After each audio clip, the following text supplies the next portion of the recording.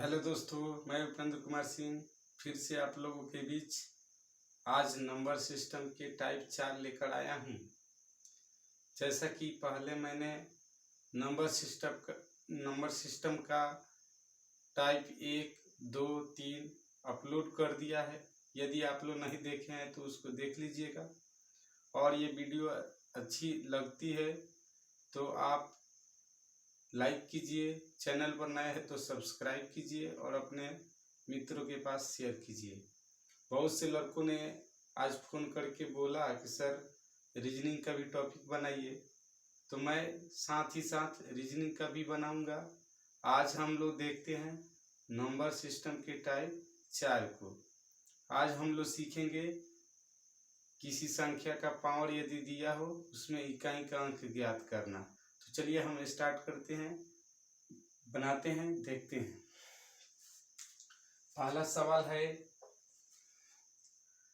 7689 गुने 3584 गुने 762 गुने 7008 के गुणनफल का इकाई का अंक क्या होगा। तो इस सवाल का मतलब है कि इस सभी संख्याओं को गुना किया जाए तो जो गुणनफल आएगा उसके अंतिम अंक क्या होगा, यानी इकाई का अंक क्या होगा। तो ऐसे तो एग्जाम में ये सब प्रश्न आता है, तो इस तरह गुना करके अगर हम पूरे बनाएं तो समय काफ़ी ज़्यादा लगेगा। इसलिए हम क्या करते हैं कि इस तरह के जब सवाल आए, इकाई का अंक ज्ञात करने के लिए बोले, तो हम क्या करते हैं कि लास्ट वाला ही अंक को गुना करके हम देख लेते हैं कि क्या आ रहा है। जैसे कि यहाँ पर हम 9 गुने 4 फिर 4 2 गुने 8, जैसे कि 9 गुने 4 हमारा होगा 36, 36 का 6 लेंगे, फिर 6 गुना 2 यानी 6 दूना 12, फिर ये 2 गुने 8 यानी 8 दूना 16। हम यहाँ पर 16 लिए तो 16 का लास्ट अंक क्या आया, तो हमारा 6 आया। तो हम कह सकते हैं कि इसके जो गुणनफल होगा उसका जो अंतिम अंक होगा क्या होगा, 6 होगा। तो इस तरह के जब भी प्रश्न आए तो हम क्या करते हैं कि इकाई के अंक का ही गुना कर कर के हम लिखते हैं। जो उसका गुणनफल आता है, लास्ट जो अंक होता है वही इकाई का अंक हो जाता है। चलिए दूसरा प्रश्न देखते हैं कि ऐसे प्रश्न भी देता है 242 के पावर 373 प्लस 726 के पावर 851 का इकाई अंक क्या होगा।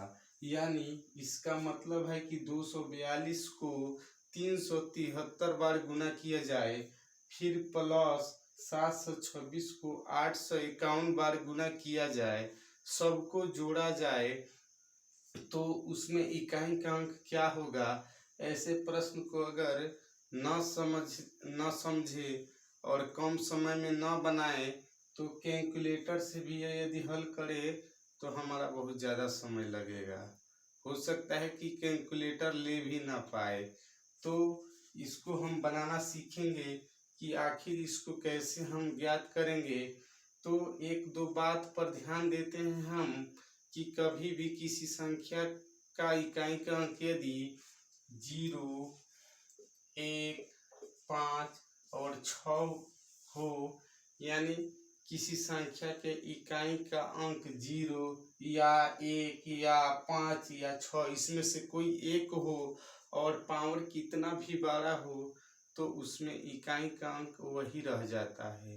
जैसा कि मान लीजिए यहाँ पर 525 है और इसका पावर 3098 है, तो इसमें क्या होगा, इकाई का अंक तो हमारा 5 ही होगा, क्योंकि 5 गुने 5 गुने 5 गुने 5 कितना भी बार आए तो 5 गुने 5 करेंगे 25 होगा, फिर 5 गुने 5 करेंगे 25 होगा, तो अंत में 5 ही आएगा।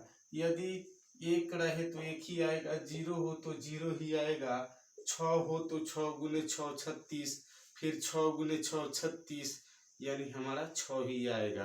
तो एक बात याद रखिएगा कि किसी भी संख्या का अंतिम अंक यदि 0, 1, 5, 6 हो और पावर कितना भी बड़ा हो उसका अंतिम अंक वही होता है। दूसरी बात, यदि इसमें से कोई ना हो, इसमें से कोई ना हो, कोई दूसरा अंक हो, तब हम क्या करेंगे? तो कोई दूसरा अंक हो तो उसमें हम 4 से भाग देंगे पावर में। जैसे कि यहाँ पर 2 है तो अंतिम अंक 2 है, इसमें से नहीं है। यदि इसमें से भी होता तो भी पावर में 4 से भाग देकर हम ज्ञात कर सकते। जैसे कि 373 है तो 373 में हम 4 से भाग देंगे, 4 9 36, 7 घटाव 6 1 3 13 4 3 12। हमारा जो शेष 1 आया, उस शेष को क्या करते हैं, जो इकाई का अंक होता है उसका घात कर देते हैं।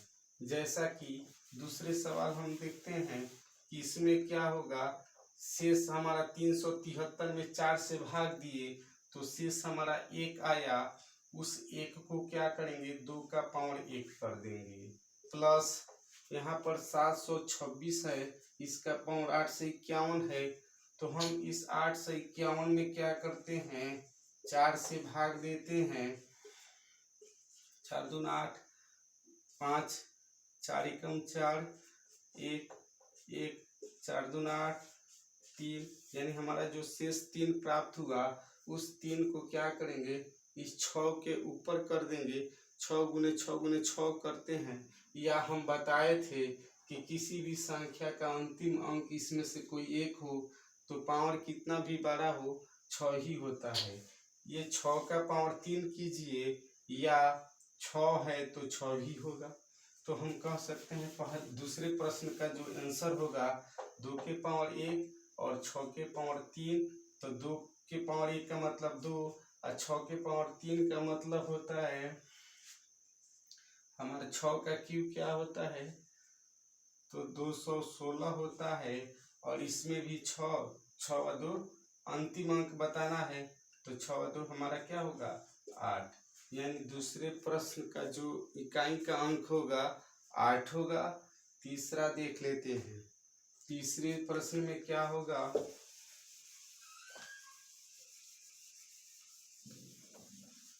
तीसरे प्रश्न में हमारा यहाँ पर 5 है तो इकाई का अंक इसमें 5 ही होगा।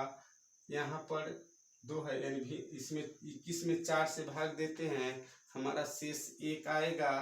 घटाव 2 के पावर 1 करेंगे, 5 घटाव 2 करेंगे, यानी 3 होगा। यानी तीसरे प्रश्न का जो इकाई का अंक होगा 3 होगा। चौथा देख लेते हैं, चौथे प्रश्न में यहाँ पर 5 है, पावर 30 है, कितना भी बड़ा उससे मतलब नहीं है, इकाई का अंक 5 ही होगा। प्लस यहाँ पर 6 है, पावर से मतलब नहीं है, इकाई का अंक 6 ही होगा। यहाँ पर 1 है, पावर कुछ भी हो उससे मतलब नहीं है, इकाई का अंक 1 होगा। इसको जोड़ेंगे, बीच में प्लस प्लस है तो जोड़ेंगे, 5 6 11 1 12, 12 में लास्ट जो अंक है 2 है, इसलिए 4 नंबर जो प्रश्न है इसका इकाई का अंक जो होगा हमारा 2 होगा। पांचवा देख लेते हैं,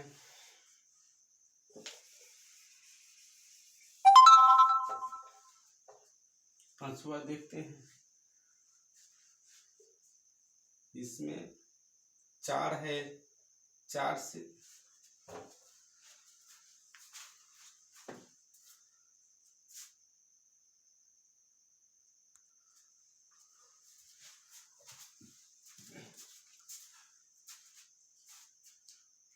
पांचवा प्रश्न देखते हैं। यहाँ पर 80 में जब हम 4 से भाग देंगे, 80 में 4 से जब हम भाग देंगे, ये पूरा पूरा हमारा कट गया, यानी इसमें शेष जो आया 0 आया। तब हम क्या करेंगे, यदि किसी संख्या के पावर में जब हम 4 से भाग देंगे और शेष यदि 0 आता है तो उस संख्या के इकाई के अंक का घात 4 कर देते हैं, जब पूरा पूरा कट जाएगा तो। हाँ, हालांकि एक बात यदि याद रखते हैं तो आसानी से बना सकते हैं कि कभी कभी यदि संख्या का अंतिम अंक सम हो और पावर 4 का गुणज हो तो हमेशा इकाई का अंक 6 होता है। यदि किसी संख्या का अंतिम अंक सम हो और पावर जो 4 से कटने वाला हो तो उसमें हमेशा इकाई का अंक 6 होता है। एक बात और बता दूं कि आखिर इसमें 4 से क्यों भाग दे रहे हैं, तो इसको हम जान लेते हैं कि आखिर 4 से क्यों भाग दे रहे हैं।